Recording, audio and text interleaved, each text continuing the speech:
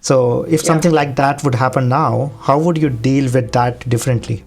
First of all, I've learned a lesson never to try and address the issue immediately. If something were to happen, you got to take a break.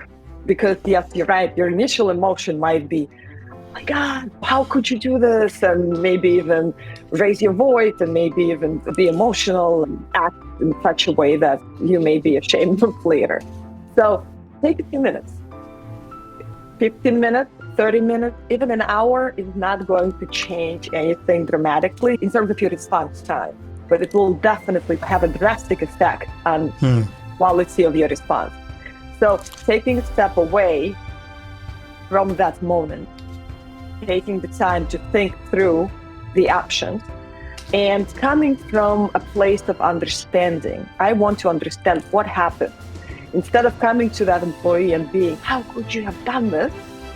The question is, what do you think went wrong? What could you have done differently?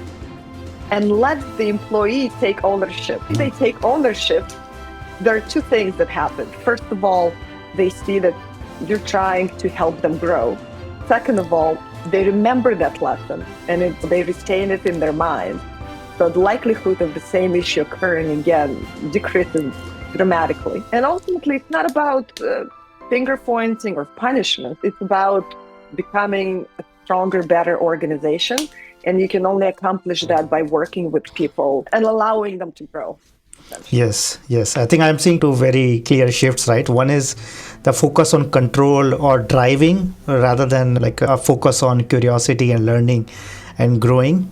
And the second thing which you mentioned, taking a break. So you are self-aware that there is a surge of emotion and then you step away from that moment, because then that might lead you to do something which you regret later on.